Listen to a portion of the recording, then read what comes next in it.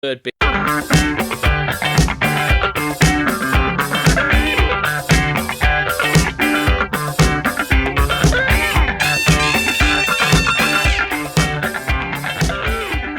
Hello. We've been to the pub. What up? It's Saturday afternoon. What up? It is 2:20, and we're on our third beers of the day. Ooh, it is nice. And they're going down nicely. Oh, it's going down smooth. What are you on? I'm drinking Firkin Fox. I think I'm on a... Oh, God. It's spelt how it's pronounced. I can't remember. It's like a leaping... They're all Badger legend beers. or something. We got them on the cheap from Waitrose on our way back from the pub. We thought, let's not stop now. Let's drink throughout the podcast. Indeed. For a professional production. Well, as we were saying in the pub, it's actually rare to have a Saturday where... It's very rare that you and I both have a Saturday where we're both available to do... When nothing insane is happening. Such a thing. Well, we're... we've all just been working so hard. Everyone's got stuff on, and even this morning, got up, did a tiny bit of lettering, did a bit of work on a comic, did a bit of birthday shopping, not Christmas shopping, because my family has a lot of... It's massively inconvenient to have birthdays in December. Selfish, and I say that because my sister's about to go into labour, and we're recording this on the 3rd of December. Third? Yeah, 3rd. Yeah, no, and it's my Nana Sheila's birthday today as well. There's a card. Expensive old month, December, eh? So, yeah, smashing it out. You've been doing some Christmas prep. I've pretty much done my Christmas shopping.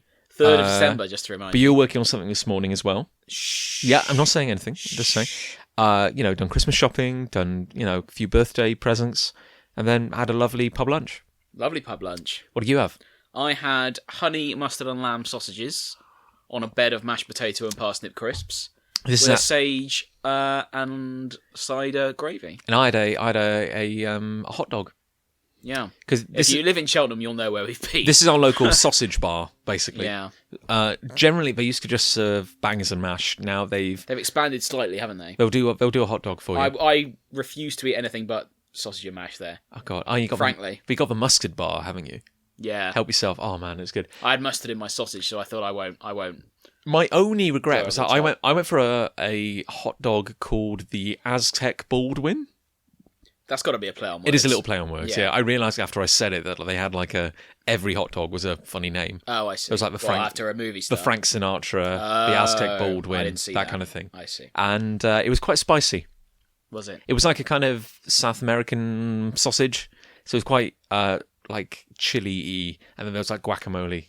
Nice. Chips are really nice though. Nice. And I had French mustard as well. Twice cooked chips. Really? They look like twice cooked chips to me. Is that their secret? They were pretty crunchy. They're the best. And the salt was nice cook as them well. 3 times, some restaurants. So, I'm just going to have another sip. What have you been up to, John? Well, Rev. Apart from getting drunk at the pub this afternoon. Well, like I said, this is a rare occurrence. It's actually nice to kind of let your hair down a bit, actually. I know we're not going crazy right now, but... we could. The day is still young. The day is still young. I'm home alone. This hasn't happened in ages. Yeah. Nick and Ali are away. They're seeing friends. Lucy's at work. She's got a Christmas job. Mm-hmm. It's just me and you and some beer. And we've already days, eh? It's already been productive this morning. I mean, we have been working pretty hard this week actually, and tomorrow we're going to be wrapping up BPM issue 8. Not literally. No, because Christmas pun. Christmas I get it, joke. No, we're just going to be putting the finishing touches and everything, and that last step kind of is on mostly Ali and me, because Ali's going to assemble it all, and then I'll proof it, and just because that's my job to be anal about grammar. You're the grammar police. Basically, yeah. I'm the same. That is officially my job. I'm at work. I'm the grammar police. Well, someone has to be. Yeah. To be honest, there's no excuse for bad grammar. No, I mean, you don't want to be that guy, but if in conversation, it's fine. Say what you like. Well, you don't say the word comma, do you, in a conversation? No, you wouldn't say... You can use bad grammar in a conversation, because you might get away with it. I'll just throw in semicolons because I can. The power just goes to my head. A semicolon is a useful tool in literature. Often abused. Yeah. I like a good semicolon. I enjoy it. The moment I cracked semicolons... the world you could do anything there. The world just opened its up secrets to me. It's like Doctor Strange when he realises he's good at magic. We didn't talk about that film last time. No, we didn't. We could do a little minor review. Well, before, do you want to? What have you been up to Well, all sorts. Now you mention it. Tell me more. I was in Belgium last weekend. Oh, you were indeed. Yeah. I was in Belgium, drinking the Belgian lagers. which I can confirm. If I'd have had 3 of those before recording this, I would be asleep by now. They were particularly strong. 12% Christmas beers. What can you tell me about Belgium that I don't know? I don't know much about Belgium. So anything you say will be... Yeah, I can tell you... Well, I can tell you more stuff about Ghent, which is where I was. Tell me about Ghent. They hate Brussels. Oh. Bruges. Not Brussels, Bruges. Bruges. They hate Bruges. And they stole their dragon off them. They had a dragon? There's a dragon on top of one of the church spires in Ghent, which they stole from Bruges. Right, okay. And apparently people from Bruges accused people from Ghent for blinding a donkey to steal the dragon. And the woman from Ghent said, that's not true, we actually just blindfolded it. So, you know. Like when? I don't know what to believe. Did this happen last weekend or like... I think this was probably a few hundred years 1500s, ago. I didn't see it, so I can't confirm either way whether the donkey was blindfolded or actually blinded. Because I feel there's a comparison here, because Lucy and I recently had a holiday in Copenhagen. Sure did. I mean, different parts of the world, but both vaguely European and cultured. Well, they're both in Europe. Lots of lovely architecture and everything. Indeed. And a lot of the buildings had steps at the top, you know, where you would go up to like a thatch. Yeah. Like the triangle at the top of a building. Yeah. They're all steps. Most of the buildings, actually. So and if someone's asked, why is that? And they said, there's steps in it.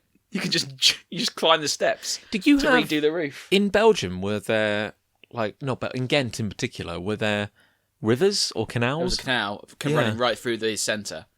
Yeah. Which is rather lovely. You see, which is why, because I saw the pictures and it reminded me of Copenhagen. Because Copenhagen had lots of canals. Yeah. I'm not even sure if canal is the right word. It's a very shallow canal in Ghent. It's like 1.2 metres. Well, the gimmick in Copenhagen, at least, he said, is that they had canals, but then the bridges were really low. And you think, you'll never get a boat under that. But then they had these special wide and low boats. Oh, I see. But even then, it looked like a bit of a squeeze. It looked like a bit of a squeeze, actually. And I will freely admit, we did stick around to watch a boat in case it crashed. Did it? Because it didn't. They'd clearly done it before, but they were inching under. Did the people have to duck though? No, because it's so low. Oh, I think that does sound low. When you step in and sit down, I think you're kind of slightly underwater by your height, if you know what I mean. I see. Yeah. So then your head is just kind of poking above the top. Interesting. Now you might ask, why did they make it so low? I was going to ask that. Yeah. Maybe they never. I don't know. Maybe they never thought about it. Lazy construction. Also, I learned Copenhagen is called the City of Spires. Is that because there's lots of spires? There's a lot of spires, actually. It's kind of beautiful, yeah. Oh, good.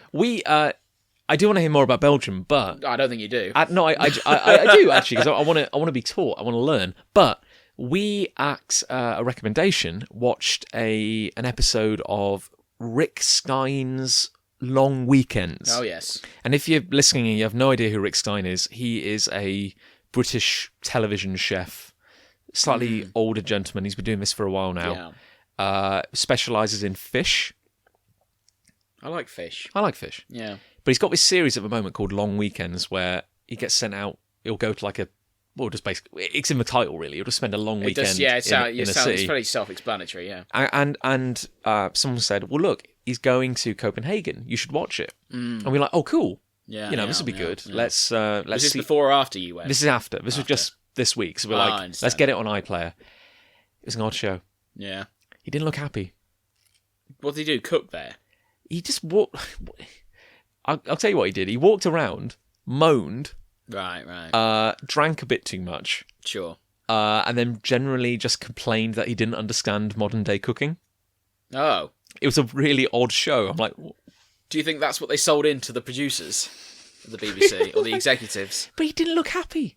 Like, we were watching it. That's some people's bag, though, isn't it? Some people look like they hate being there, and probably do. But we were watching it, and me and Lucy were just like, do you think Rick Stein's happy? Like, in himself? Because he doesn't look happy. No, it's like Piers Morgan. He's obviously not happy. Do you reckon? No, he's not happy. Even if he says he is, and he says he doesn't care, he cares. I got the impression he just loved everything he was doing. Let's not get bogged down in Piers Morgan, because that's happened to many people. But he cares. He hates himself more than we ever could. I find that quite reassuring. Yeah, exactly. Yeah, it helps me sleep at night. I got the impression he loved being Piers Morgan. No, I think he secretly hates. Can you see it in his eyes? Yeah, there's sadness in his eyes. I could see it. That was, and you talk about like the story not told, but I could see that in like Rick Stein's eyes. Maybe not like the self-hatred, but he didn't look happy. I felt quite sad for him. I was like, oh, Rick. Yeah, I feel bad for him. Because there's a big thing called New Nordic Cuisine. Oh. Because apparently... is this in Copenhagen also? Just in general, like Norway, Pour a bit more Denmark, beer into my glass. Sweden. Apparently, if you believe in such things, it is taking the world by storm. And Copenhagen boasts, I think last year, it was a restaurant... Oh, geez, I can't remember what it's called, but it was voted the best restaurant in the world. In Copenhagen? In Copenhagen. Oh, I see. Just, like... Michelin stars, etc. Yeah, kind of, like, just... For that year, at least, it's probably been... It's like old Heston Blumenthal. Yes. Didn't his restaurant... There are too many sausages in the mousse. This ice cream is too hot. But like Heston Blumenthal, gastrochemist, whatever he calls himself, super cook. He's insane. He's quite a cool guy. I actually like him, but he is probably insane. Certifiably insane. He is insane. I always remember like he did a thing about making Victorian hundreds and thousands. You know, like the sprinkles. I bet they tasted like buffalo or something. But it was like herbs or like spices. He's mental. But he's saying like. What I've done is I've taken a cement mixer and filled it with coloured sugar syrup, and now I'm throwing these spices in so that they tumble around and then they become... And he goes, of course, if you want to do this at home, you'll just need an empty tin bolted to an electronic screwdriver. I'm like, It shouldn't be telling people to do these things. Of course. I can't afford a cement mixer to do my cooking, well, generally. Exactly. No, just in general. Generally, yeah. I couldn't afford to do that. But, I spend about £2.50 on my evening meal. But his restaurant, the Fat Duck, that's correct. Yeah, that was best restaurant in the world. Oh, where is that? The restaurant? It's like in Oxfordshire. Or something. Yeah, I thought it was in England. You get it for like 1 year, and then they'll pick another restaurant. Oh, but for that year, unless but then of you course, can still claim the glory, can't you? Best restaurant of the year, 2000. Unless of course, I guess, unless nothing rises up to take your crown. No, yeah. But apparently, there's this one restaurant in Copenhagen, which is the best restaurant in the world. And New Nordic Cuisine is very like... It costs a lot. Yeah. Did you go? What? No, we didn't go. No. Go. We went to a fancy restaurant, though, called Hoost. Oh, yeah. And that was... We treated ourselves. Like, when we went, we were like, we're going to go to one nice meal. Yeah. But I don't know if I mentioned this. Like, this one was like, you get 5 courses. It's like a fixed menu. And if you want, you can pay like a bit more. And they'll give you like a wine... for each dish. I was like, no, I'll just have a beer. I'll be fine. Yeah. Thank you. But it was very, very fancy. Like, the courses were small. I would feel out of place in a establishment such as that. Well, I mean, I don't know. It's weird. Like, I think... I say things without thinking, and that's generally my issue in life. Well, I feel like I'd say things and then I'd insult someone. You do have that kind of fear where you're like, oh, God, I don't want to... I don't want to screw this up. I don't want to say something stupid. The trick is not to say anything. Yeah, but that's not enjoyable. Is that enjoyable? Did you enjoy it? Yes, no, it was fantastic. We made some preparations by not trying to be knowledgeable, just saying like, we're here for the set menu. We've booked a table. Yeah. This way, and then they just bring it to you. You don't have a choice. Okay. And that was like... I'd do something. I'd trip over my own foot or something. It was kind of incredible though. Like, it was really fancy. But small portions. You get like 5 small portions. 5 courses. And a posh restaurant, I'd expect it to be quite small portions. I remember the one of the courses was it was a little chunk of beef, and I mean chunk. It was about the size of an egg. It was tiny. I was served on a massive plate just to. But that's just for the sake of it. But I've got to say though, it was really good. I'm too. What's the word? Glib for things like this. Well, you couldn't deny, like, the taste was incredible, but the pudding... Oh, I believe you, yeah. ...was porter ice cream. The beer. Porter's, yeah. So beer ice cream, like a kind of frozen, like, blueberry sauce. So made into, like, a kind of ice crumble. Oh, I know, yeah. And then, like, a kind of weird popcorny kind of meringue stuff scrambled over the top. Yeah. And you had to get a bit of everything when you ate it. Right. And it was incredible. Oh, no, I'm sure it was. Yeah. I'm sure it was. But, like, he was going around, like, these really fancy restaurants, which we could never have afforded. And it was, like, I bet he ate for free as well. I bet he did. I bet the license fee payer is paying for that meal. But here's the thing, though. He'd be talking to, like, some chef who was like, here's the chef who created the best restaurant in the world. And he's saying, like, what are you doing? He goes, well, here's it's a consommé of like kind of, clam extract. And we've made like pebbles. It looks like a beach, your plate, but it's all edible. And he'd go like, oh, that's incredible. And then he'd eat it, and then privately to the camera, he'd go like, "It's all right, it's a bit fancy for my liking, Why don't?" That's dishonest. That's a personality. You can't say to the guy who cooked it, "Oh, that's delightful. Thank you very much." We all do it, but then you can't turn to a camera and say, no, crap." But it was kind of sad in a way, because it was like watching a midlife crisis on camera, because he didn't seem happy, and in every bit when he was like filming a bit or interviewing someone, he'd just openly say, I drank a bit much last night, I've got a bit of a hangover. Yeah, I'm worried about him. Well, he went to, finally... Where else has he been? I think he went to like Morocco. God. But he had like, the closing thing was he went to like a fish restaurant, and the guy who running it looked like a Viking. Sure. Like this big... hulking man. Probably grabbed the fish out of the sea with his bare hands. Yeah, punched it to death, and then just cooked it by breathing on it. Yeah. But he cooked it was really simple. It's a fish, you boil it, and Rick Stein was kind of like leaning on him, like explain to me. I don't understand the young people food. And this guy, I think, just summed it up perfectly. And because Rick Stein was like, oh, these young chefs, like they think they're better than us, and he's like, they are. He said, and this guy was like, That's the whole point of getting old. Yeah. Like, you move out of the way. Yeah, the young generation come up and they change everything. And I was like that when I was young. And did Rick Stein shut up? He kind of did. Good. And he enjoyed his fish. Good. So he was happy at the end of the day. There you go. Speaking of food, we went to a restaurant in Cheltenham the other weekend for Nick's birthday. Oh, right, yes. It is a pop-up restaurant. Oh, yeah. It's only going to be there till Christmas. What's it called? Coge or Codge? I'm not sure how it's pronounced. It's probably Coge. It's probably Coge, yeah. It's probably Coge. But apparently it's a MasterChef runner-up. Really? Where is this? Opposite Copa. Oh. Yeah. What, where the Slug used to be? By there, like next door to the what was the Slug. I didn't know that. It's fantastic. The Slug's closed, by the way. The Slug has closed, so it's no called more. Something else now. We were talking about cocktails. That was one of the more disappointing places in Cheltenham. The Slug? In the end, I thought. Well, in general, yeah. In terms of a bar. Well, yeah, I mean... It fell out of my top 10 list. You went there because you get cheap cocktails, not because it was a nice bar. I didn't know there was a pop-up restaurant there.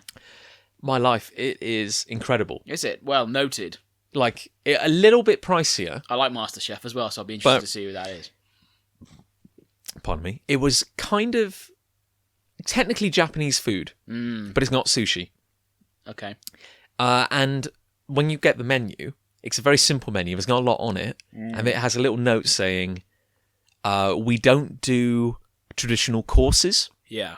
So it's not like you get a starter, a main, and a pudding. Pick what you want. Yeah, you could order anything you want, like in any order. Yeah. The guy who is this MasterChef runner-up... I'm going to look this up. I had no idea. But he was like... He says he has like a little handwritten thing on the menu where he's like, when I go to a restaurant, I often order like 2 starters instead of a main. Because I want to try it. I appreciate his attitude to that, because I think the same. Sometimes I will look at a menu and think, oh, I'd rather have 2 of them, or one and one, rather than a main. Yeah, because he's like, I want to try it. I want to eat as many things as possible. So you get like, the menu is divided into like 3 bits, and there's not a lot on, and it's basically you can order. I think they call them like dishes, or skewers. I see. And then like those accompaniments, like kind of rice or like green beans. But we ended up ordering, those 4 of us, and we ordered like a dish each, which we just put in the middle to share. Yeah. And also a skewer each. Ooh. Was it good? I've got to tell you, like, we were having close to a religious experience. Because the skewers, it's basically like pork, chicken, veg, or beef. Squid. Squid. It was like squid. It was like, here are your 4. Squid's nice. It's like no muss, no fuss. You just pick your meat. Yeah. That pork. Was it? Yeah. Was it succulent? My life. Tender. My life. Lovely. It was like, I don't want to joke about it, but like we bit into it, and it was like kind of and it was I genuinely, there was a sadness to eating it, because we're like, we're never going to eat this again. This is going to end. Yeah. I'm always going to be chasing this high. Like it's... I mean, that's Rick Stein levels of deep, that. It was incredible. Oh. Well, I'm going to look this up because I had absolutely no idea. I would recommend walk past that bar, or where it is now, every day. Yeah. Keep an eye out for it. I had no idea. It's got like a mural painted on the wall in the inside. Right. You might be able to see it through a window. It's like all these brand logos from Japanese brands, see. painted on the wall. Yeah. There's like a Nintendo and a Sega. It's really cool. And I had a. I'm gonna try to get to this then. You should actually. I would recommend it because it was incredible. Yeah. And like one of the dishes we had was just like chicken. Yeah. Just like chunks of chicken. And it was nice. Oh my life. Yeah.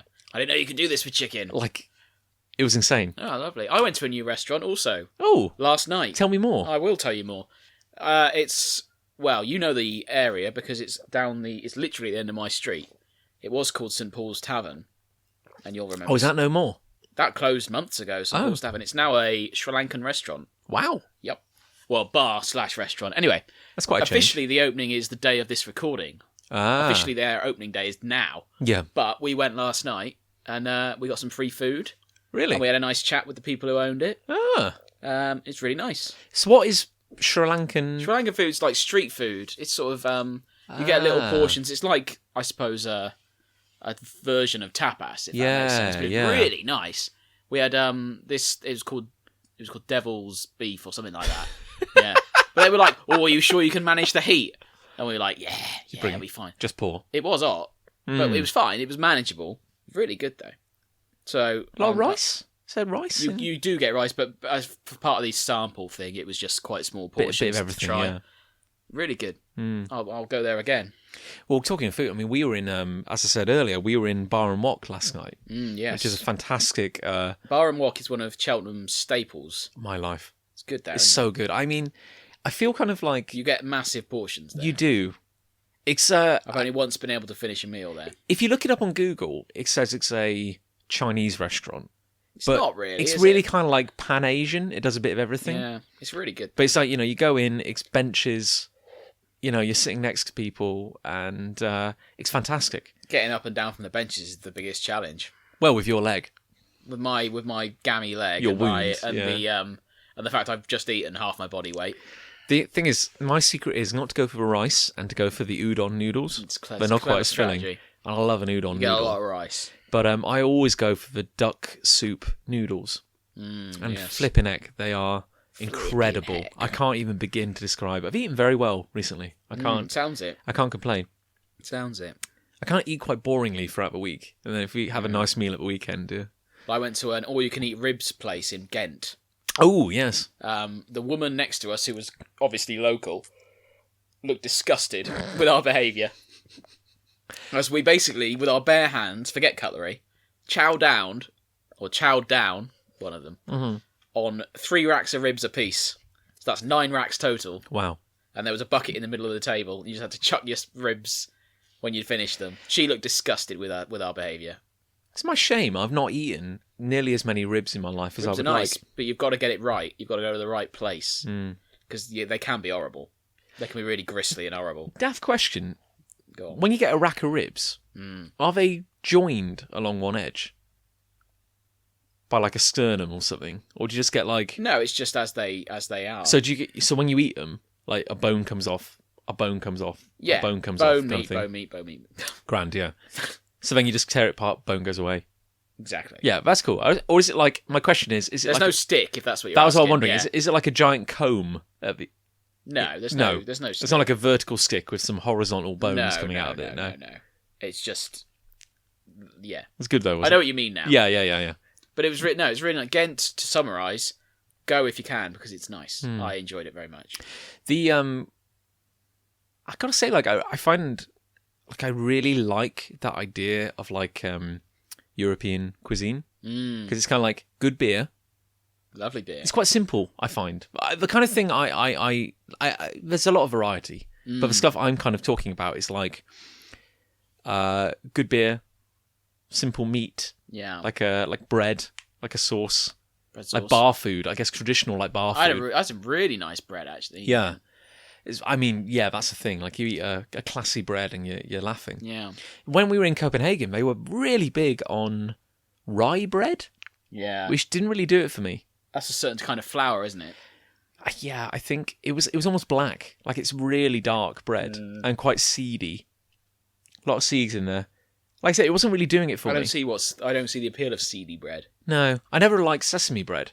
No, I don't. No, as a fan, Give me a traditional loaf. Give me please. Just some Hovis. Doctor. That's all I want. When I was young, we used to go to the Beef Eater a lot.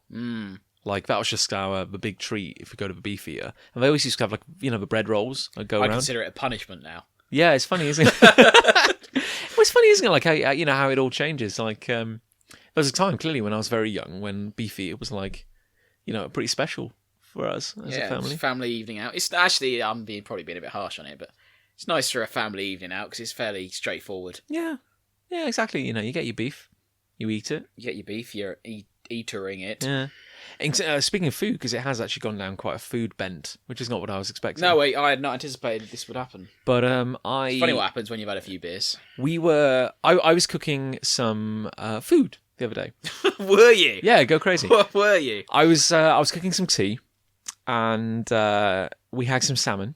Oh yeah, nice. And we didn't have any foil. Oh god. But what we did have was some greaseproof paper. Sure.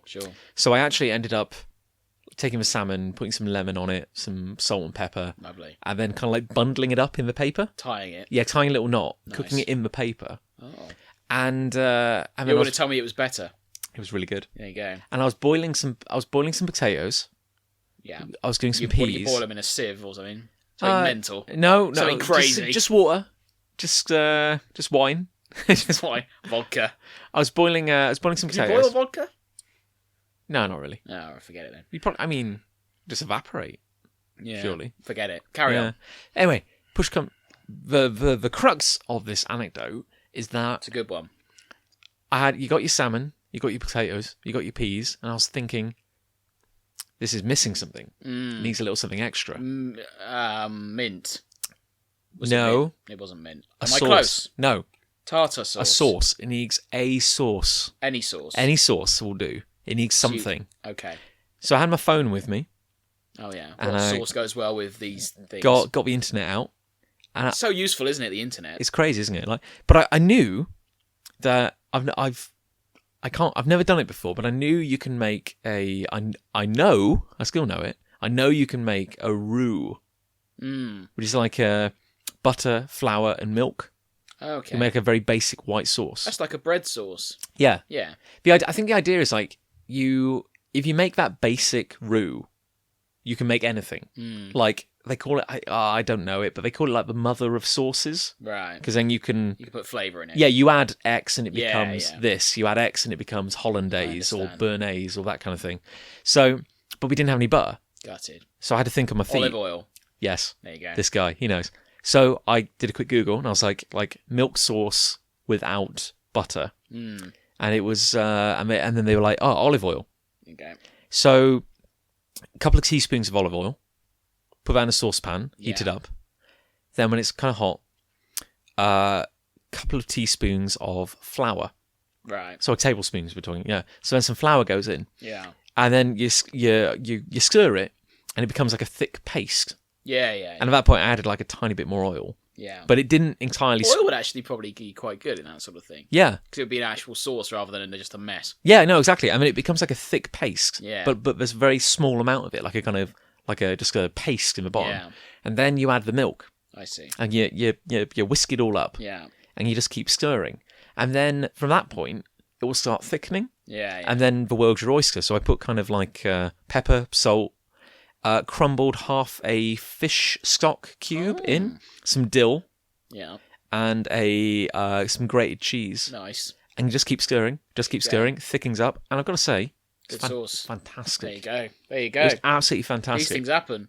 Chuck a load of stuff in a pan, see what happens. And then Usually it's a disaster, but sometimes it goes but well. then the power went to my head, and I did it again. Did you go and, too far? But no, the other night, and then the following night, I made a mustard sauce. Blimey. Much the same. But with mustard. There you go. This guy, Got he knows got it. Got it. And it was fantastic. We could do a cooking show. We really could, actually.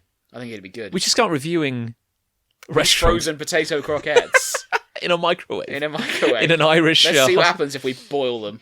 Yeah, no, oh god, yeah, that was bad. But you've cooked you're like a roast man. You'll cook. I do a good roast, if I say so myself. I have a slow cooker at home, so I do a good lamb shank. I enjoy my lamb shank. I'm doing it for Christmas, actually, my lamb shank. What form does your slow cooker take? Is it electric or? It's physical form. Yeah, like is it like a little? It's electric. You plug it in, yes. You plug it in, you put it on low, medium, or high, right? Depending on how quickly you want it to be done. But is it like a little? It's like a china pot, right? And you just put it in this little apparatus, right? And then you just flick it on. Because it's very easy. We have a slow cooker, but it works better with liquids. So you make like a stew. Yeah, that's what I do. I'll sear off if I'm doing a lamb shank, for example. Yeah. You coat it in flour, sear it off. Just in the pan. Just in the pan. Yeah. And then you put it in the stock you've created, which could be anything. I usually do a red wine stock for a lamb shank. How do you do that? Oh, I can't remember. There's red wine involved. There's red wine. You put red wine in a pan. And yeah, just cook it for like 8 hours. And it just falls off the bone. It's mega. I'm going to a restaurant in Cheltenham next week for my work Christmas party called Gianni's, which is excellent. And that is the lamb shank I aspire to. Oh. It's the best lamb shank I've ever had. Our family never really did roasts, kind of, growing up. Yeah, I don't think I've ever personally roasted, apart from like a turkey for Christmas. I was going to say you've done a roast turkey. Yeah, I don't really consider that as counting, though, in a weird way. It's not quite Christmas dinner, isn't it? Yeah, it's not quite the same as doing like a piece of beef or something. Yeah, no, I don't. I do beef. I do lamb shank. I do all sorts for a roast. I do the lot. I like doing a roast. I find it very therapeutic. Yeah, I do enjoy cooking. I find it very. I do actually. I find it very relaxing. I've never been that good at it, but I'm getting better. Well, as you know, we Holton and I are never present third guest. We started. It's an absolute shambles that he's on the cover of this podcast. Is there no way we can crop him out? It's going to be the big pew. The big pew podcast. If only there was a way of removing that text. No, it's impossible. Just cut it. Just cut it. It's the big. Just pew. crop it. It's fine. It's the big pew pod. But when Holton and I moved to Canada, yes, I remember. Once upon a time, yes, we that first Christmas away from home, we were both working in a bookshop, and there was a Jamie Oliver recipe book out that Christmas. Oh, yes. As I imagine he has every Christmas. There's always a new book, like every TV chef. You've got to keep. Well, it's comedians and chefs clean up at Christmas. Yeah. Well, all the comedians bring out a DVD, don't they? Oh, I thought you meant like book, like. There'd be like an autobiography or something. Well, probably that as well, but they all bring stuff out around Christmas, don't they? You want something to watch while you're recovering on Boxing Day. While you're like passed out on the sofa. But we ended up, I think, the bookshop had a thing where if you were an employee, you could borrow a book. I see. As long as you brought it back. Yeah, and you didn't rip it up. Yeah. So we borrowed the Jamie Oliver thing, and then I think we photocopied the roast turkey recipe.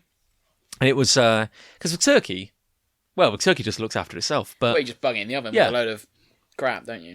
But the stuffing. Yeah, the stuffing's quite complicated. It's what made it what it is. So we made a pork.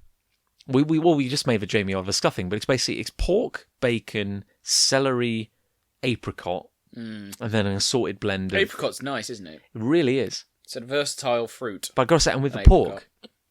It's fantastic. Yeah. And I've made this stuffing every year since, and now I tend to make it in like a kind of like a terrine.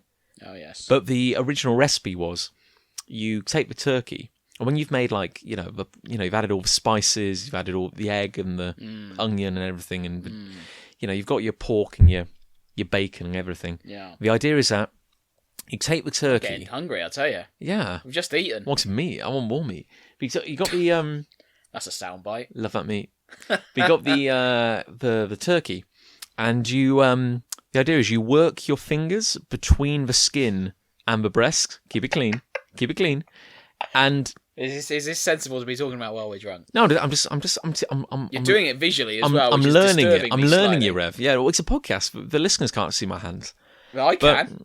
You you freaking go in from the cavity. Oh God! But you want to get your hand above the breast meat, but below the skin. And if you keep moving your hand back and forth, you can separate it. Move my hand back and forth. Yes, as Willow Smith taught us, you can separate the skin. And then Willow Smith? That was Willow Smith. Oh, okay. Yeah, she was like 8 when she recorded that song. That's interesting. It was weird. I whip my hair back and forth. Yeah, it's just not right. Yeah. Anyway, turkeys. Yeah, you loosen the skin, and then you pack the stuffing under the skin. Okay. So is this a traditional cooking method? No, I thought you just put the stuffing up its arse. Well, you could do, yeah, but it's the thing here is that like because you get the turkey meat, the turkey breast, then a protective layer of stuffing, then the skin. No, the idea is that like then the direct heat on the top won't dry out the stuffing. Oh. And I understand. It was really cool, but honestly, like I'd be quite willing to do it again, but like most years that's almost like a bit too much hassle. Yeah. So we'll just cook the stuffing. You're cooking this year, aren't you? We are cooking this year. Yeah, we're hosting Christmas this year. Lovely stuff. Tell you what, we are halfway through. Are we? Should we get another beer? Should we get a beer? It's about time we had another beer. And let's go get a beer.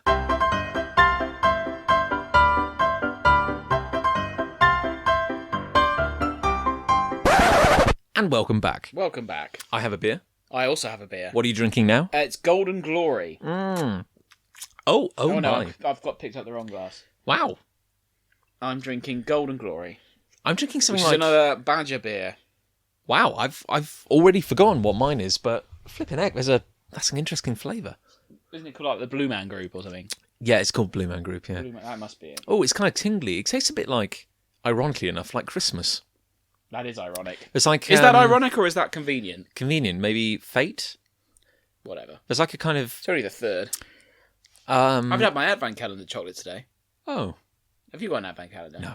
Oh. I don't celebrate pagan holidays. My mum bought me one. Oh, very nice. Winner. Oh no, that's good. That tastes like cloves. Ooh. You know, like mulled wine? Oh, that's quite nice. Yeah, it's quite nice, yeah. So, Rev. John. With our finger on the pulse of contemporary culture. Yes. What have you been listening to, watching, well, I'll tell you what, reading? If we're talking popular culture... Tell me, Rev. I've gone feral this week. You went feral? I went feral this week. Oh, viral. Viral. I went viral this week. Oh, so you went pooing in the woods. No, not this week. I went viral this week. You certainly did. In that I tweeted about a show called The Apprentice. The Apprentice. Which I'm sure you're familiar with. I'm familiar Well, you're with. familiar. I'm sure the listener is. Do you mean me or the listener? Both. Well, stop looking at me then when you... Well, it's very difficult not to look at you and maintain this cohesion we've built up over a number of weeks. I'm so sorry. I'll look at the floor. I've gone feral. Viral. On Twitter. I was very proud of you, actually. Thank you very much. I think I've peaked on social media. It was good to see you. It's good to see someone I know escape the boundaries of reality, the crushing spiral of poverty and disease that we live in. But no, I tweeted about The Apprentice because I was watching The Apprentice with Liz this week, and I said, "What's that on the computer she's got there?" Who? The reception. Sorry, yeah, the yeah. The receptionist. There's a receptionist on The Apprentice. Yeah. Who answers the phone, and Lord Sugar goes, "Please send the candidates in." And she goes, "Yes, Lord Sugar," and she'll send the candidates in. She sits at a desk, obviously, as a receptionist would, with a computer monitor facing her. Yeah. And there was a spreadsheet on the screen. I was like, "What is that spreadsheet?" I like a good spreadsheet. I love a spreadsheet. This was not a spreadsheet. Scandal at the BBC. Another one. It's a JPEG because you can see from the file type that's open. It's a picture viewer, not an Excel file. So I was just interested to see what it was, and yet little did I know what I would find. And it was a JPEG file of an Excel spreadsheet. So are you somehow suggesting? I'm not suggesting. I'm telling you. I mean, but Rev, oh God, like you blow my mind. Where does it end? Because if the reception... Thing is, Microsoft Office costs at least £100 a year. Yes. Now, the BBC can't afford that. No, not for the purposes of a fake receptionist. Yeah. So just have a JPEG. Well, in my shallow way, I assumed it was a real meeting room. And that was a real receptionist. Are you somehow suggesting it was a set? I'm suggesting that it's all a studio. And that wasn't a real receptionist? I think she may be an actress.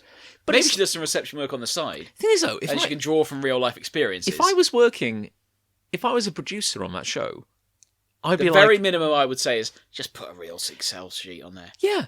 Just put even if it's one you can't edit. But you were joking, saying, they can't afford Excel. That might be actually it. But if that's true, if I was a producer, I'd be like, we can't afford a laptop. I've got a laptop. Yeah. Just exactly. pose with my laptop. Just put the laptop there. Yeah, here's an Excel spreadsheet. Exactly. Here are my personal They've finances. probably gone out and bought a monitor. Yeah. But they can't afford to put Excel on it. But yeah, you're right. They should put their own laptop on. There is a... Anyway, this did not happen. No. And it was a JPEG file, and I thought, I'm going to tweet that. Yeah. So I did. With the hashtag. With the hashtag The Apprentice. You've got to hashtag these things, otherwise how's anyone going to see it? Anyway, it's still going on my phone. My phone is still beeping every 5 minutes. I've had about 750 retweets and nearly 1,500 likes on Twitter. I've gone viral! I'm incredibly jealous. I've never gone viral! Hit that level of virality. Yeah. Vitality. Well, so I thought it would do all right. I didn't think it would sort of go like this. But it's really good, actually. I'm pleased. That's quite impressive. It got a bit annoying. I woke up on Friday morning. I had about 250 notifications. You're a bit like, oh god. You've got. Has it translated into people following you? Not really. I think people have probably clicked on my profile and thought, oh no. He normally tweets about Pops and Gillingham. You want to? It's very boring normally. There's people who make a career out of that. Yeah. But I can't consistently think of funny things to do or say. That's a problem. I say the odd good thing, and it's gold when I do. But... That was I mean I know we discussed this earlier, but that's the closest I've ever brushed with going viral, which is where because if I see something funny, I'll retweet it. Yeah, of course. Yeah. Because Why wouldn't you? You just spread the love. Why wouldn't you? But like the closest thing I came to was I tweeted like the human senses. And it was like taste, touch, sight, hearing, smell.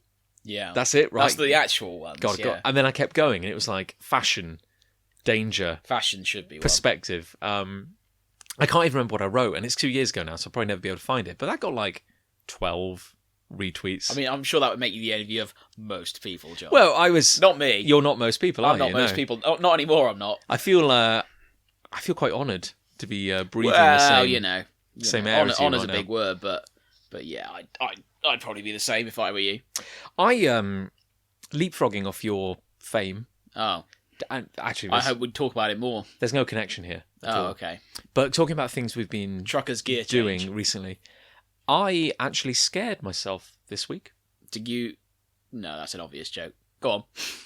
I dipped into the world of horror. No. This week. I don't like horror. I don't see the entertainment value, in scaring oneself. I'm sure there are people out there who love it, but I don't like Why? I don't like jumping. Like something makes me jump. Okay, well, I don't like that. Okay, well, I've been listening to a podcast called 28 Plays Later, which is a gaming podcast. But like the film. Yes, it's a pun. It's a play on words. But one of the presenters is a guy called Chris Straub. Sure. Who I have a massive man crush on. He's a very, very, very, very, very cool guy. He is a comic book writer and artist, and this beer is delicious. What's this one called again? Golden something. Golden Glory. I've got to say, this very fruity. This one is a treat. It's an explosion. This is nice. A lot of flavours. I think we're both more satisfied. Well, I selected the Firkin Fox because I thought the name was funny. Anyway, carry on. Oh, sorry. Well, long story short, something about a podcast. He's a very cool guy. But they were talking about horror games. And off the back of that, they talked about something called Twine. And I'd never heard of it before, but it's very interesting. And what's this, a game? No, I want to explore this because I might do one myself. But Twine is a free piece of software. I see. For creating interactive stories. So, for example, you can create a story, like a choose-your-own-adventure thing. Yeah. Online. I see. So you just type it, it does all the hard work for you, it's free, it's very simple, and you can do funky transitions and stuff. Yeah. But you can present it in a really cool way. Yeah. So, but they were talking about a couple of horror stories that people had done using this bit of software. Oh. So you'll go to a website, you'll go... Oh, you didn't click on it, did you? I did. Oh. But you'll go like, I want to play this story, or I want to experience this. It's kind of like a game because it's like a choose-your-own-adventure kind of thing. Yeah. But the way it's presented is that like a paragraph of text will appear on the screen. Yeah. So it might just be an entirely black screen, and then just like a bit of white text. Mm. But then it will say something like blah blah blah blah blah blah blah. What do you do? Right. Or like you can go this way. These are or your options. Yeah. yeah, and then you click on it, and then that fades away, and then another bit comes up. So it's a very easy interface to build it on. Yeah. But they were talking about, and to any listeners who want to experience this, I would very much recommend it. I won't be doing They this. were talking about a game / story, whatever you want to call it, called The Uncle Who Worked for Nintendo. No. It's really creepy. It's really creepy. It's very cool. But it's by a guy called... Oh, I've forgotten his name. Michael... That's terrible. Anyway, if you Google The Uncle... Michael someone. The Uncle... Michael Nintendo. Lusk or something like that. Anyway, it's The Uncle Who Worked for Nintendo. It's very creepy. It's a little bit kind of like Lovecraftian horror. But the idea is that you're a kid and you're invited round to a sleepover with your friend. I'm already not liking the sound of this. So you go over, and again, this is presented entirely in text, and there is some audio. So if you have your headphones in, you'll get like a kind of ambient soundtrack. No, don't put yet. No, Yeah? no. But No. But the idea is that It's like when someone sends you a picture of a room and says, "Find the ghost in this room." Yeah, don't Don't put your headphones in. no. That's just good. That thing will flash You up. get On the- the you'll get the Good jump scare God, thing. it'll drive you mental. But well, here's the point. Okay, you mentioned like you don't like being startled or scared, No, I don't know. but There's nothing behind this wall, is there? a very good point was made that a jump scare is to horror what being tickled is to comedy. I see. I understand. Yeah, so you see, you wouldn't go. It's a physical. Yeah, it's like it's undoubtedly startling, But it's not what it's all about. but it's like anyone will jump if you go, Yeah. you know, if you make them startled. I didn't jump then. I was expecting it. But I was just making an example. Oh, I understand. It's like it's so startling.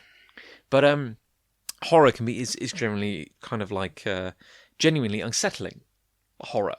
Yeah. Yeah, Makes like you think. true horror.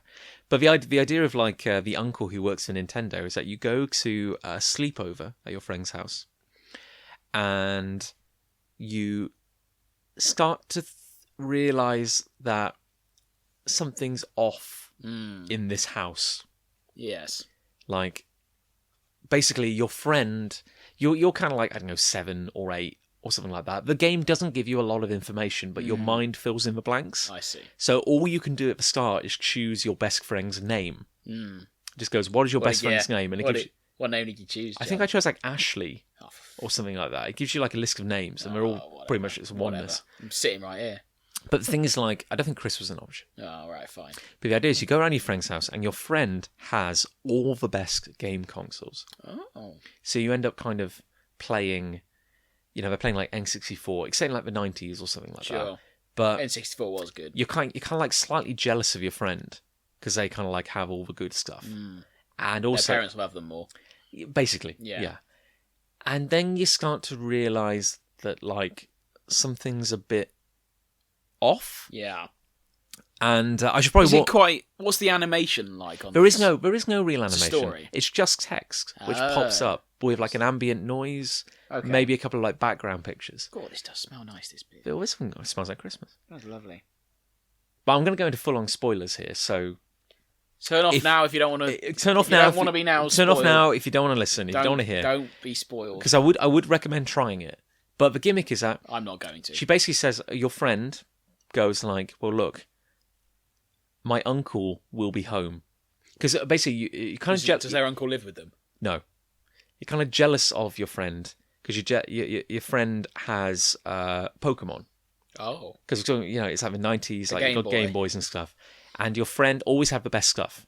And your friend had you're not massively familiar with Pokemon yourself. No, we've discussed this. Yeah, in a previous Reference episode. episode 3. 2 or 3. 3. 3. You're right. 3. Was it 3? I Yeah. guessed.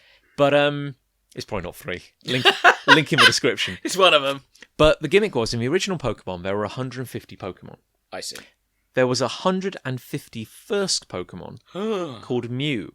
Is this true? This or is is true. This part of the this story? is genuinely true. Okay. You couldn't get Mew in the original game. I see. The only way to get Mew was to go to an official Nintendo event. Right. And then They give you something. You could download it. I understand. But pre-internet, but they plug a cable into your Game Boy and they give you Mew. So like a gimmick in this game is that like your friend has all the best stuff. They have a nicer house. They have a good all the game consoles, and your friend had Mew, this kind of Pokemon you shouldn't have been able to get. And you talked about how like your friend always kicked your ass at Pokemon because they have this one amazingly powerful Pokemon. Yeah, and you could never understand why they had all this good stuff, and your friend would be like, "Well, my uncle, works at Nintendo, so I get all the good stuff." But then you start to notice like really odd things. Like you start to think like, didn't your friend have a brother at one point? But none of the photos hanging up in the house have pictures of the brother. And at one point you can go downstairs, because you're up in the den playing games. You can go downstairs and like your friend's parents are just kind of sitting in the kitchen, kind of like just frozen in place. And then like they keep saying like, your uncle will be here soon. And it's all about like, the uncle is coming home. Is the uncle Super Mario? The uncle is not Super Mario. That would have been... That'd have been a good twist. Arguably just as horrifying, but... It's a good twist. It's the idea that like, the uncle is not maybe... Do you live inside a Super Nintendo? You do not live inside a Super Nintendo. No. Anyway, play it. You have to play it. Like, well, you don't have to play it because it is kind of. I'm not going to play it. It's kind of creepy, but the idea is that get to the end game, John. What's the end game? Spoilers. The uncle is not human. Gotcha. I figured that one out. The uncle is like something, and the beauty of the story is it never describes the uncle. Right. You never know what it is. You have to imagine what he is. But it's kind of like some kind of monster. Yeah. But the gimmick is that the monster of the uncle appears to be able to like manipulate what people think of it. Yeah. So the idea that like this horrible monster has like moved in. I see. And just kind of inserted itself, and all people can call it is like the uncle from Nintendo. The uncle who works in Nintendo. Is there a bit that makes you jump?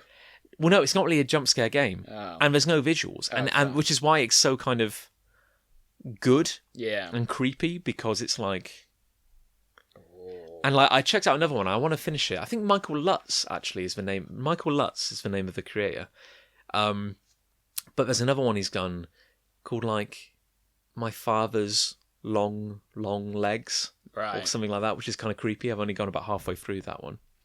Good. But yeah, that's what I've been doing, and yeah, it's very creepy, and I would recommend checking it out. Right. Check it out if you like horror. If you don't, you just don't put a comedy on or something. Yeah, go for a walk. I'll put a comedy on. Yeah, go for a walk. That'd be nice. You've been to the cinema, I understand. I've been to the cinema a couple of times. Well, we went to watch Doctor Strange, which I enjoyed, although I had criticisms. He seemed to learn magic very quickly. Yeah. Should we talk about it? We didn't really do. Let's talk about it. We didn't really do our breakdown. Let's talk about it. I liked it. I liked it too. I liked it. There's like a clause I didn't love there. it. No, I didn't love it either. I liked it though. And here's my thing. It was the first, like, it was kind of weird because out of all the Marvel movies, this was the first one for me that felt kind of formulaic. Because it felt like we just have to get a lot of stuff out the way. Yeah. Until he can be a wizard. Like the Crash. Like his issues. Because it starts off and it's like, oh, he's Dr. Stephen Strange. He's an arrogant surgeon. He's brilliant. But we all know... He was good, wasn't he? We all know he's got to become the sorcerer supreme at some point. And it's like, we just got to... I'm looking at it thinking, oh, he's going to be injured. I know this is coming. We've just got to... It felt like it was going through the motions. Maybe you didn't need an origin story. No. Perhaps. No, I think that would have been better, actually. Without an origin. Because, like, it goes without saying now that Marvel make good movies. Like, even though this was not the best Marvel movie by a long shot, it's all right. Like, it's genuinely all right. And visually is incredible. And frankly, had a lot of heart. Which is where I think you can forgive. The visuals were mental. Yeah. From that point of view, it's the craziest film I've ever seen. Yeah. It's like, oh. But you can understand why people in 3D probably got motion sickness. Oh god, no, I couldn't. There were reports of motion sickness. I couldn't have done it in 3D. Would have made me feel quite ill. Yeah. It was bad enough seeing Cloverfield. I didn't see that. That was all kind of like first-person camera, and everyone was like running. Oh, was that the one with the monster? Yeah. And at the end it goes, "It's still alive." That's not how. You know that? That's not how it ends. At the end of the credits. You don't know this? No. Yeah, at the end of the credits, there's a bit of like stunted audio, Oh right. and it goes, "It's still alive," Oh. and that's it. Yeah, they're not going to go back to that. They're not going to. Didn't they make a sequel of sorts? Well, they did. Was it Cloverfield Lane? Or I'm going to get the name wrong. Like 13 Cloverfield Lane. Yeah, and that was supposed to be some sort of related thing. You see, that's a weird one because it's not like properly related, but maybe like thematically related. I see. I've never seen either of the films. No, But... it's worth seeing. It's actually weird, like because I really enjoyed Cloverfield, but actually when I saw it again, I actually found the characters really annoying. Oh. But it's basically it's just what you'd expect. It's like a giant monster is attacking New York. Yeah. And New York. We experience it through like the first person people who are filming it. Bunch of hipsters running basically. Away. Yeah, basically. It's a bunch of like very wealthy socialites are having a party. I wouldn't think to film it, frankly. And they've just got a camera. Always filming. Yeah. Always filming. I'd switch it off. And I'd run. Believe me, there's a lot to like in it. I did enjoy it. Yeah. I did enjoy it. But Cloverfield Lane is completely unrelated. Oh. In fact, my understanding, I could get this completely wrong, was that the movie was completely unconnected. Right. Like someone just said, like, I've got this idea for a movie. This girl is driving home one night, has a crash. When she wakes up, she's in a bunker. Yeah. And John Goodman... This is Cloverfield Lane. Yeah, this is Cloverfield Lane. This is the premise, so it's not a spoiler. And John Goodman... Oh, just hit my mic. He's hit the mic. John Goodman, the actor... Very unprofessional. ...is there. And he's like, I've dragged you into my apocalypse bunker because... Does he have enough food, John Goodman? In the apocalypse bunker? Yes, he's really stored up. He's really stocked up on food. Anyway, the point is, she's in a car crash, has a crash, wakes up, and then she's in this apocalypse bunker. And he's like, crazy man. He's like, hey, the apocalypse is happening. I've locked you in my bunker for your own safety. Oh. And she's like... I bet it's not. But that's the thing. And she's like, you're crazy. There's no apocalypse. Well, I don't know. There's no apocalypse. I'm not going to talk any further about it because I don't want to spoil stuff. I've not seen the film. I'm guessing there's no apocalypse. But this is the primary setup where he's like a South Park episode where Cartman locks Butters in the bunker. Yeah. Basically, that's what I'm imagining. Well, here's the thing. Like, you know, go watch it, work it out. But, like, he's a crazy, scary man and she's locked in with him. Gotcha. And he keeps saying, like, it's for your own protection. Like, the apocalypse is happening. And she's like... I want to get out. He's like, you can't. And so that's the setup. But my understanding is someone wanted to make that movie. It had no connection. But then... They put the name on it. Yes. Gotcha. Basically, I think like J.J. Abrams spotted it, quite liked it. Yeah. I think came on board as a producer. Yeah, I think he's involved in some way, isn't he? And then he was like, well, let's whack Cloverfield in the title. Because Cloverfield... Money! Well, here's the thing. I think Cloverfield has become, for him at least, just like a term... for like a weird project. Yeah. So you can attach Cloverfield to kind of anything. I see. And it will... And money. So I feel like a lot of people are saying, are they connected? Are they connected? And no. Well, that's probably why some people went to watch it. Well, exactly. I saw Cloverfield. There you I go. liked it. You see, so I'll go to watch this film. More people are going to watch it because it's got Cloverfield in the title than if they would otherwise. There you go. But by all accounts, it's very good. Yeah. But it just got more attention than it would have done otherwise. I understand. I also went to see Fantastic Beasts and Where to Find Them. Oh! This month. I've not seen that. Which was good. Break it down. Break it down. I've been to see 2 Harry Potter films in the past. I've never read any Harry Potter books. And these are the only 2 Harry Potter films I've seen. And I fell asleep watching both of them. What's the other one you've seen? I saw the one with the spiders. Oh. I don't know the names of them. There's spiders in the second one. Sure. I think. Okay. And I saw the one where they're playing the broomstick game. Quidditch. Wait. Well, then you've seen more than 2, haven't you? Or is that the same? I've seen 2. Oh. So I've seen no. This doesn't count as a Harry Potter film. Sorry. Right. Previously, I had seen 2. Oh. I think so I saw 3 has a lot of broomsticks in? I can't remember. Yeah, and I saw one where they're on the broomsticks and a guy dies in a maze. number 4, I want to say. You Fine. may have seen 2 anyway, and 4. I fell asleep watching both of them. Oh, So I thought I didn't Why? have high hopes for this film. Oh. It's actually very good. it looked good. It is good. I want to see it. Lucy There and are- I are probably going to go see it. I won't spoil too much for you, but you know roughly what it's about. Yeah. It's about this guy called Newt Scamander. who goes to New York, It's a good surname. and he's a good surname. I like it. I call him Salamander. Yeah, I think that's what you meant to think. Oh, It's vaguely animally oh, I see. beasts Yeah, that makes and where sense. to find them. Anyway, he has these fantastic beasts, and he's where we can find. Does he them. lose them? He loses a few of them, Yeah. and he has to capture them and what have you. And there's other stuff going on. But it's good. There are 2 sequences in it which I'm surprised made the 12A cut. Really? Like it's like, oh my life, Dark. like dark. Ooh. Wow. From my point of view, anyway. Some people might think, yeah, it's fine. But for me, it was like, oh my life, what has gone on there?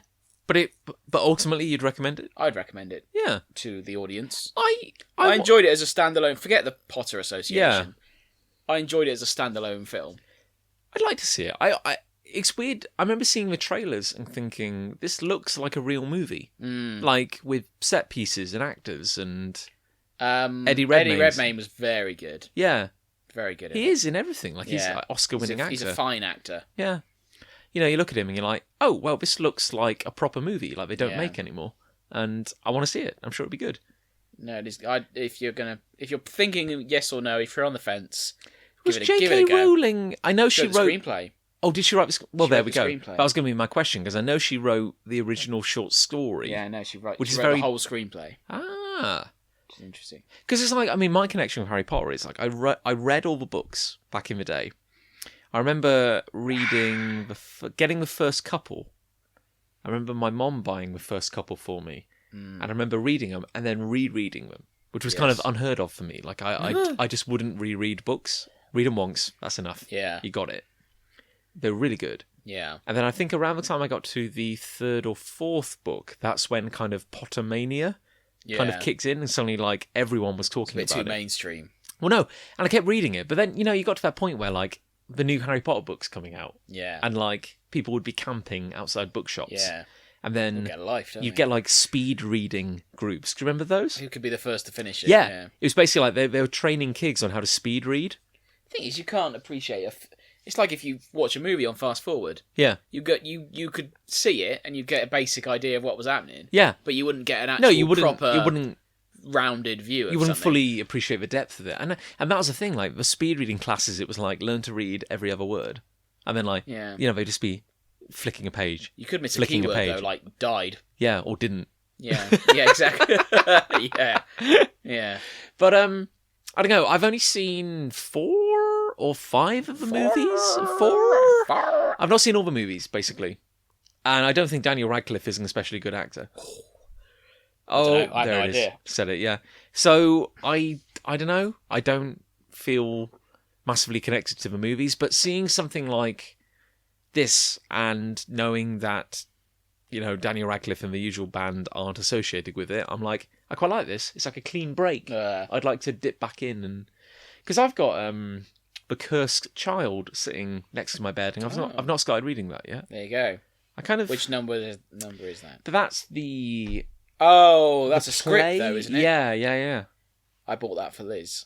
Has she read it? I think so. Yeah. I've not read it yet. I don't know if she liked it or It was not. a birthday I present. don't think she did particularly. I need to dip into it. To be honest, I don't know. I'm kind of that mindset where like I'm sure it'll be all right, but I almost can't quite muster Can't the be energy bothered. to try Can't be it. asked. I don't know. I think like Lucy read it and she said she felt it was a lot of like fan service. Yeah. Like there's time travel involved, so you get to see like key moments again. Oh, And, I see. yeah. So whereas I feel like something like Fantastic Beasts is more of a drawing a line under this. There's a little bit of the theme tune right at the start. It goes dun dun dun dun dun dun dun dun. But then because it's America, And that's they break more it down. or less it. Then they do like It's like a rap. LL Cool J gets on the screen or something. Busta Rhymes is Snoop with Dogg. him. Yeah, they're all there. The a big thing. I don't know if you're aware that the Harry Potter fan community is quite big and established. Sure, yeah, no. And the biggest development is that with this movie, J.K. Rowling has officially expanded the universe to America. Obviously. Yeah. It's based in America. Yeah. Yeah, no, here's my point. Like, if you are a dedicated Harry Potter fan, they've announced the school in America. Yeah. Does that get mentioned in the movie? Yeah, there's a school in America. Yeah. Well, I can't remember the name of. Well, I can't remember it either. But the big thing is they announced the houses. So now, here's the thing. Like, again, American fans are... Yeah, here's the thing. Like, if you are a Harry Potter, dedicated, hardcore Harry Potter fan, you'll be like, well, if I was at Hogwarts, I'd be in Hufflepuff or X or something. Whatever. But now they have the houses in the American school. Oh, so they want to be in those houses. Yeah, it's like Thunderbird is one. I can't remember. Pigwiggy, I think, is one. Sure. They're all named after different beasts, if I remember correctly. Oh, I see. Yeah, okay. I don't know what a Pigwiggy is or a Pidgewidgy or...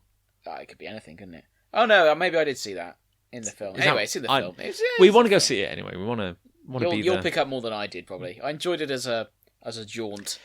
Without picking up any of the nuances. I'm quite happy to go in knowing nothing. Yeah. Actually, that's quite nice in a way because it's the same world, but it's like it's in the past. It's a different country. Yeah. It's kind no, of it new gets and quite funky. dark at times, though. Apparently, everyone's talking about the Wonder Woman trailer. Wonder Woman. Yeah, I have seen it. Am I going to go see Wonder Woman? Probably not. I don't think I'll go see it either. I'm going to see Rogue One, obviously. How long till that's out? A couple of weeks. He said, looking at his watch. As his watch, yeah. I will probably go see Rogue One as well. For 15th, I think, in the UK. Yeah.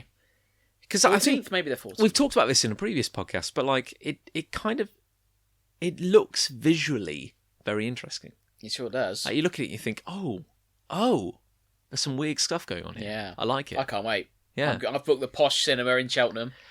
We've got a posh one in Cheltenham called the Screening Rooms. I know very little about it, but I will predict, and you'll see it before I do, so just keep an open mind. I predict that a beloved character, or a character who we come to love in the movie, will get killed by Darth Vader. I think they'll all get killed.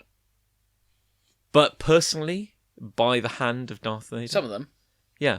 Yeah, I'm sure at least one will get killed by Vader. Is that a very safe prediction that I've just made? I think so, yeah. Okay. I think that's a fairly safe I'm just putting it out there, I feel. I think every single main character will die. Do you think they're not in 4, 5, 6? Well, exactly. That would be awkward. Do you think the main lady, whose name I can't remember... the actress's name is Felicity Jones. The character's name is Jyn Erso. Jyn Erso. Erso is a surname. Exactly. So I think that Ms. Erso will be the only one to briefly survive, to transmit the information. And then get killed. Yeah, probably. That's my prediction. Probably. It writes itself. I think the last 20 minutes of the film, everyone will freak out It's gonna be by how similar it is to A New Hope. It's going to be a hell of a downer. Like, oh my god, I recognise that. But what do you think the overlap will be? That initial scene? There won't be a lot of overlap. I think, if you want a prediction, I think the film will end on the same shot above Tatooine as A New Hope begins.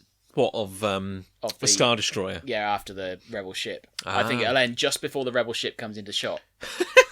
Honestly.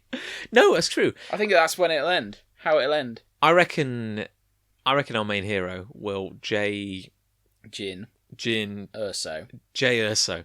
I reckon J Erso. I reckon she will end the movie in a kind of escape pod or similarly small space vessel. Vader will climb aboard. No, I reckon she will escape the slaughter, but she'll be in some kind of ship with failing life support. This is my prediction now. I'm putting it. Dark, I'm recording it. But no, they're all going to die. But she's going to escape and then transmit the message. And then she will transmit the die in space. Yeah. Cold and alone. But she will see through a window the Star Destroyer chasing that'd be the Rebel ship. Visually. And she will die, but she will die knowing she made a difference. There you go.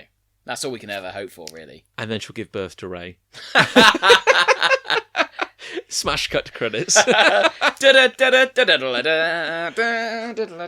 going to be interesting. I mean, we're going to be drowning, as we've said before, in Star Wars expanded universe movies now. You won't be able to move.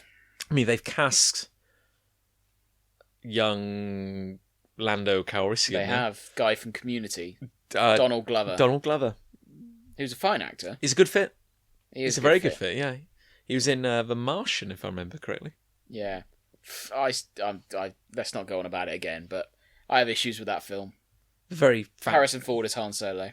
End of story. But the thing is, I'm not as close to the Star Wars series as you are, but like you can't escape this now.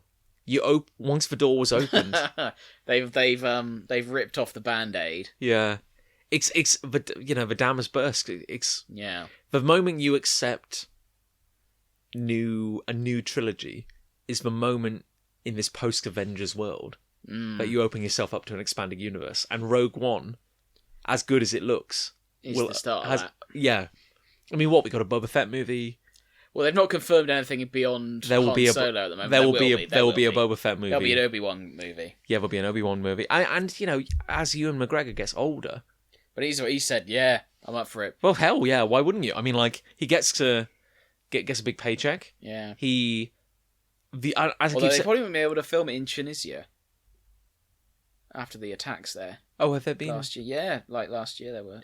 Oh, of course. On a beach. Yeah, of course. Oh, God, yeah. So I wonder really how that would fit into about that. Anyway, not that particularly matters when it comes to a movie. You know what I mean? Like, the older he gets, the more he's going to look like Alec Guinness. Yeah. So it's only going to work in his favour. Of course, like, it doesn't make... We've talked about this... I don't know. We could go into this forever, but, like, it doesn't make any sense. George Lucas himself did this. Like, the idea that all the Jedis... Oh, John. I'm sorry. Oh, John. Oh, my. Four beers down. All the Jedi... All the Jedi. The Jedis. all the Jedi... Oh, God. It says here on my pre-notes. On this cue card, yeah. Jedi. But, Obi-Wan Kenobi lives in the desert for 20 years. How old is Luke? In the desert. Woo! And he's wearing desert robes. He's wearing Jedi robes because they didn't have the Force, they didn't have the intelligence to think that. But that's why it's so stupid, because Uncle Owen's wearing Jedi robes. Who's Luke's uncle? Uncle Owen. Uncle Owen. He's wearing Jedi robes. Yeah, because it's not Jedi robes, because it's just what you wear if you live on a desert planet. Yeah. And it's ridiculous. And now suddenly every Jedi wears... It's insane. Yeah, it is. It's maddening. It doesn't make any sense. Let's leave it. Let's leave it there. Sorry, yeah, I'll try and rein it in. But I don't know. It's weird.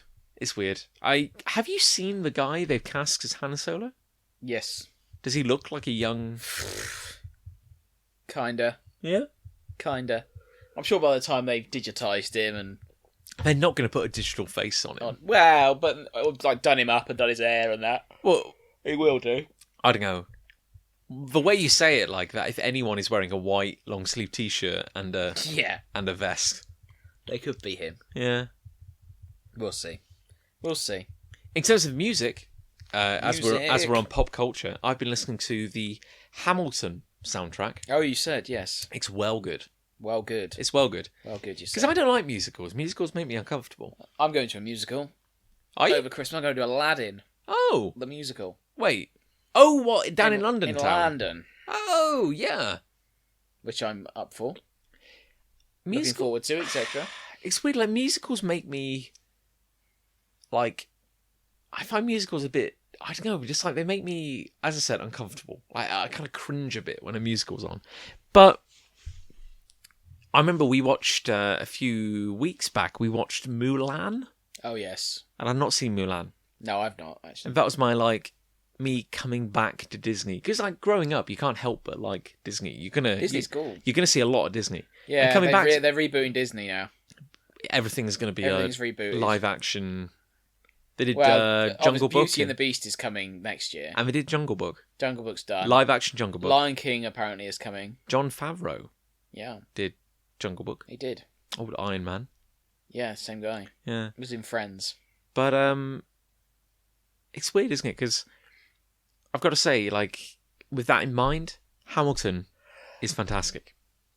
Really, really enjoyed it. And then, like, yesterday, I want to say, they released the Hamilton mixtape, which is a bunch of contemporary musicians and hip-hop stars doing tracks from the musical and tracks inspired by the musical. And it's good. Oh, lovely. It's well good. I'd recommend it wholeheartedly. Oh, blimey. That is a resounding endorsement. I mean, I've got a Spotify account, just like most people. I like to. I use somebody else's, but yeah. I pay towards it. I don't. I do. I figured. Well, somebody pays and has given me one of the slots they pay for free. Oh, that's very nice. Yeah. But no, I've been I've been listening to some weird stuff this week, like Hamilton, great. Also been listening to I don't know how we discovered it, but there's a artist called Prototype Raptor. Okay. One word. Sure. Does kind of like one word. But does like kind of like funky remixes. There's like a whole album of like Sonic the Hedgehog remixes. Sure. Which is kind of cool. But he did Marble Arch Zone. Yeah, exactly, yeah. But did one track which is a Vivaldi remix. It's so good. Yeah. Like Nick and I were just kind of like losing our minds over it. Something like this is incredible. So it's called like, I don't know, if you just Google or look it up, like Prototype Raptor Vivaldi, it is incredible. It's wow. Look it up. Check it out. Sadly, I would say his other tracks are not as good as that one. I feel like he peaked with that one. I finally discovered Chandelier by Sia. Sia, I know. I didn't know what song you meant when you said that, and then we listened to it during the break. Yeah. I was like, yeah, I know that song. I'm very behind the times, but I was like, this is well good. This is really good. I really like it. I wanna swing. But in tune. I feel like we're getting to this kind of drunk where we're singing to each other now, John. Yeah, you're starting to hug yourself, so... Yeah. Yeah, look, I think... how long have we got? Well, we've like an hour and a quarter. Oh, okay, I think we're well over. Yeah. Now. Well, as the hand of fate reaches for the dregs of destiny... I've got a bit left. Rev, what's happening? You've got like better part of a pint. Left. More than a pint. No, it's not more than a pint, it's half a pint. I'm 4 pints down. I don't know what I'm saying anymore. Should we call it a day? That'll do. That'll do, pig. Well, look, I'm just going to down this. Pardon me, listener. Oh, well done, John. Oh, you didn't really down much there, though. No, it wasn't much, no. Except the guy with... Well, I'm enjoying it. Well... And I'm going to fall asleep. any second now. As soon as we turn off, I'm going to fall asleep. Look, on that note, listeners, thank you for joining us as we get drunk and talk about random nonsense. More importantly. If you're at home and you're looking for something to do, go listen to the Hamilton soundtrack. Have a couple of beers. If you're out and about, go see Fantastic Beasts and Where to Find Them. Have a couple of beers. If you find yourself in Cheltenham, there's a great restaurant called Coj or Codge. Have a couple of beers. Go check it out. And if you want to scare yourself, go play the uncle who works at Nintendo. And have a couple of beers. Okay, well, I'm John. I'm the other one. And until next time, you stay classy. San Diego. Oh. This podcast, and others like it, is made possible thanks to our wonderful backers on Patreon. To support Big Punch Studios as we make comics like Afterlife Thinking 7 String, games like Sandwich Masters, and podcasts like the one you've just been listening to, head on over to www.patreon.com/Big Punch Studios. For just $5 a month, not only will you help make everything we do a reality, but we'll also send you 4 copies of Big Punch magazine a year. That's over 180 full-colour pages of comic action, featuring Cuckoos, Orb, 99 Swords and Catamaran, delivered straight to your door. This has been a Big Punch Studios production. For all things Big Punch, be sure to head on over to www.bigpunchstudios.com.